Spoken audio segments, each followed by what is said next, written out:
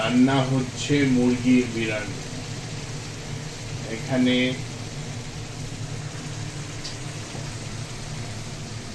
আলু ভেজে রাখা হয়েছে, মুরগির মাংসের মেরিনেট করা আছে, এখানে মশলা জাল হচ্ছে। এটার মধ্যে এখন মুরগির মাংস, আলু, দই সমস্ত কিছু দেয়া হচ্ছে।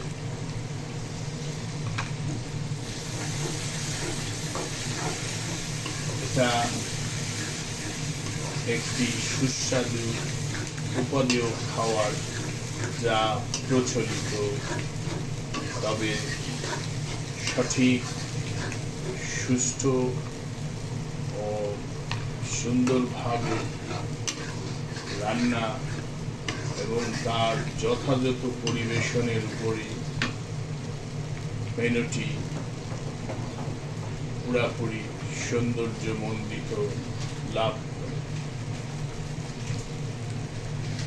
এখন মশলা দেওয়া হচ্ছে।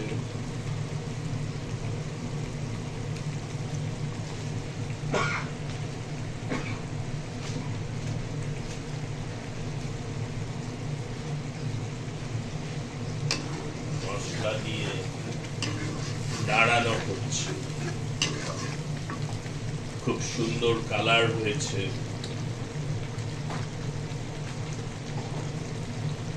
এটা একটা সুন্দর ঝোল হবে। এখন মুরগির মাংসটি ঢেলে দেওয়া হচ্ছে। ঢেলে দেওয়ার পরে আস্তে আস্তে নাড়াতে হবে। আর যখন এটা সেদ্ধ হয়ে যাবে পুরোপুরি, তখন খুব সাবধানে নাড়াতে হবে যাতে মুরগির মাংসের টুকরোগুলো নষ্ট না হয় বা ভেঙে না যায়, যাতে তরকারিটা সুন্দর থাকে। এখন ভাজা আলুর টুকরোগুলো দেয়া হচ্ছে। এভাবে আমরা সঠিক আগুনের আছে বেশ কিছুক্ষণ নাড়ার পরে এটা সেদ্ধ হয়ে যাবে। এখন আমরা তেলের সাথে চাল যেটা দেয়া হয়েছিল সেখানে আমরা লবণ দিলাম, কিছু কাঁচামরিচ দিচ্ছি। বিরিয়ানির মধ্যে পানি দেওয়া হলো। এখন এই গরম পানিগুলোকে নাড়ানো হবে। নাড়িয়ে নাড়িয়ে চালগুলো চারিদিকে সমভাবে ছড়িয়ে দেওয়া হচ্ছে। এখন আগুনের তাপে পোলাওয়ের চালগুলো সেদ্ধ হয়ে যাচ্ছে।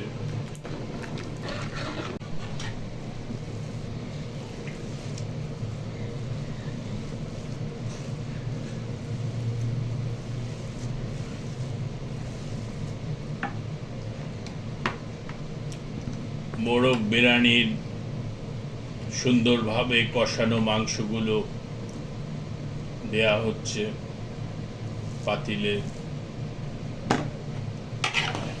সিদ্ধ চালগুলোর সাথে দিয়ে দেওয়া হচ্ছে। সিদ্ধ হচ্ছে চালগুলো, সিদ্ধ পুরোপুরি সিদ্ধ হয়ে যাওয়ার পথে আছে। মাংসগুলো সুন্দরভাবে দেয়া হচ্ছে। মাংস দিয়ে নাড়ানো হচ্ছে যাতে ভালোভাবে মোরগ বিরিয়ানির মাংসগুলো সুন্দর খাদ্যোপযোগী হয়ে ওঠে এবং খুব ভালোভাবে পুরোটাই যাতে সেদ্ধ হয়। এখন আস্তে আস্তে নাড়িয়ে মাংসগুলোকে মিশিয়ে দেয়া হচ্ছে।